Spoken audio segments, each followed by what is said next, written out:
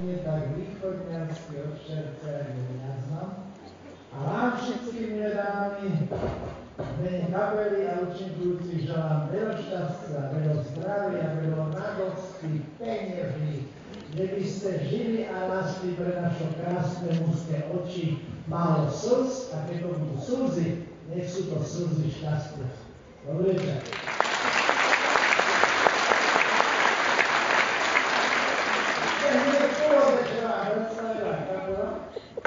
Kandráčovci, de Ondrik hrá druhé husle. Nie druhé husle, perše. Ale perše som si polámal.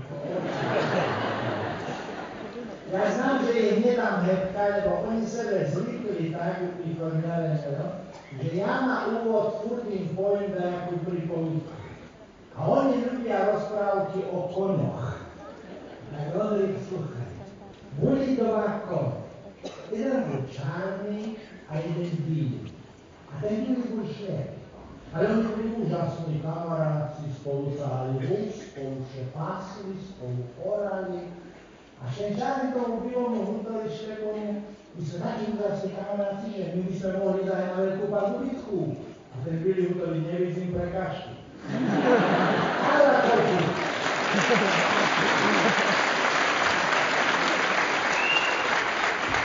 Dobre som strašne rád, že ste me pozvali a prišiel som medzi nás. A poviem vám pravdu, že dneška hutoria ľudia, že ten humor už nie, že ho je málo, že dobre hudby. No a my vás dneška presvedčíme, že toho je stále dosť.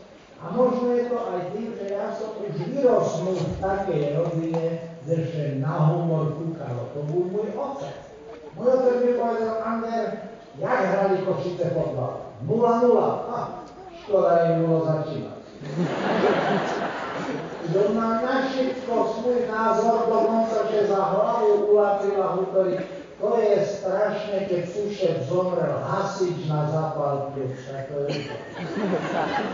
Dám mu taký lakom. Ja keď som mu povedal, otec, pošli mi penieži na internát, bo skončím na ulici, tam mi odpísal, dávaj pozor, že by sa nezrodilo auto. Ale keď umieral, dal mi krásnu radu. Anderku, zapamätaj sa. Ktože spoci od polívky je zdravý. Kto od aspínu je chorý. Kto od milovania je starý. A kto od roboty daje búr.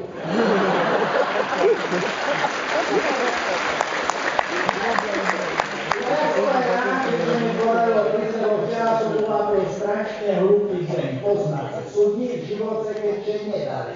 Pozerám na telefón. Haló, Feri je doma? Tu nebyla Feri. Máme telefón? Neprešlo 3 minúty, Feri už prišlo. Ja som vám povedal, že tu nebyla Feri. Máme telefón o 5 minút. A Feri vlastne kedy príde? Príde do večera, do 9, mne treslo jak kona. O 9 idem spať, telefón. Tu Feri nehľadal medáčko.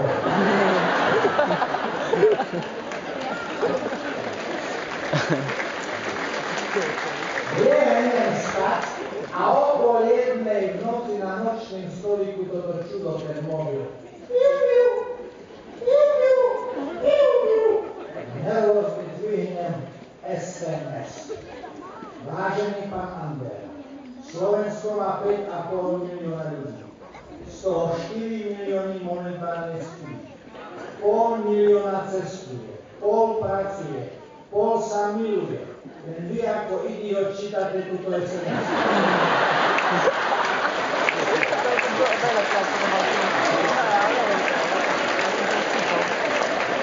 Dobre mi ten poradilo. Ráno takto mucha na dvere otvorím bez domove. Dnes vám vynešem chleby. A to tu nemáte. A chleby by nestačilo. Ja mám narodeniny. Kde idem do mesta, tam jeden predával novinky a vyklikuje 104 podvedení, 104 podvedení a bez svojho kúpil, robím 3 kroky, 105 podvedení, 105 podvedení. Šednem sebe na kávu, ľudia mojo, a šednici a hovorí pán Ander, Koľko kotiek cukru chcete? Keď je dobrá, stačí jedna. Dávam 7. A toto ide celý život. Minule vám idem do vlaku a taký detko tam šedal, ja tak inkognito, veď sa prešla na ten zhrav a 3 dámy. A hneď chválili. Čo budete dáme na ten parken? Čo budete na ten parken? 600 libier, priamo z Londýna. A druhý hovorí, a čo budete na tento parken? No, 1000 eur. Priamo z Paríža. A predsa dámy. Toto maličká fľaštička. Je priamo z New York. Stala $10,000.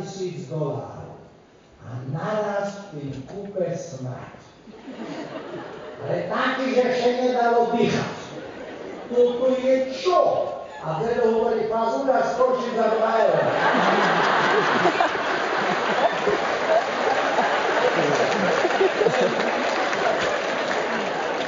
Minule stojím na pole, tak, a taká mladučka išla a tak zývala. Ja tak dedársky na ňu drúbnem a hovorí, no divče, co si robila v noci, že tak zývaš? A ona na mne kúkla, to, čo vidie, to už dávno nie. Sednem na stanici na lavičku, a taký chlapec u mne šednul a začal plakať. A tebe co? Jak ten s maslom chleba? No a to si braní, sedíte na ňom. Minule vám kúpujem lístok, išiel som vystupovať vám do Žiliny. Kúpujem lístok a to za čo predala lístky aj dal 30 eur a on dal, ktorý pán Andrej, nemám vám vydať, dávam až do Lomovca. Šidám do vlaku a taký chlop šedel pri mne a tak z boku po mne kúkal, ktorý neseli Andrej z Košic. Reku som, a tu dečka bude sranda, reku, a vy netestujete. Do Humeného, tá bude, moja opačne. Na to jedna tetka vystupovala v Kombrate, dnes sa také 2 ťažké tašky, no ja dávam stará škola, pravda. Zobral som to tej tašky, nechcem jej ísť s verom, ale budeme tarhal, vystupovať som len tarhal, ale deta. Musíte počkať, kým bude stáť. A ona na mne kúkla, táto by som už načekala. Vrátim do kúpe, tá taká mladúčka šedela, prešmarené nožky, cigaretka v papuľke. A ja na ňu kúkam, hovorím, mladá pani, alebo slečna, reku, žena, ktorá fajčí, môže mať debilné veci. A ona na mne kúkla, tá vaša mamička musela byť fúha pajčaka.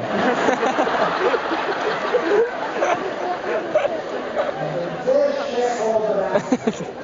Minule vám idem autobusom, naciskanie autobusa, teraz porušili to, keď to je pravda, hej, čo niečo možíme, jak chceme.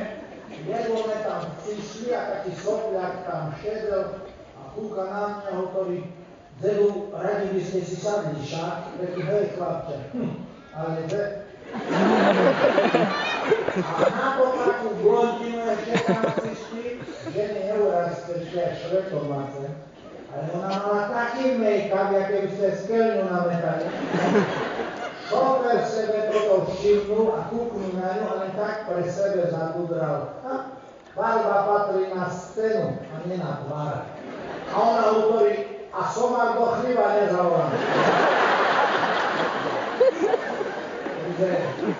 Autobus je polnú, nedalo še dýchať a jednak ryti, stiahnite do okno, lebo sa tu zadusím. Stáhli okno, za chvíľu druhá ryti, vyťahnite do okno, lebo tu zamrznem. A toto bolo skoro 10 minút, hovorím, prosím vás, ľudia. Stiahneme toto okno, naj táto zamrzne a potom vyťahneme, naj tam počet za duši a ľudia potrebuje. Ja idem autom, už ste nevedeli, a naraz me haltuje policia, oni teraz stoja pri ceste, však jak Janošič zbíjal koče, oni zbíjajú nás, pravda? A u nás rýchlo to bude sa 60 €, išiel si ako závodník. Jej, to ste vy, pánne. Tak ja máme veľmi radi. My vám nepokazíme víkend. Dáme vám na pokutový lístok datum z útorka. Ešte človek obraz. Ja prídem do kostela a tam už jeden modlí, Pane Bože, toho roku si zobral môjho obľúbeného speváka. Pane Bože, toho roku si zobral môjho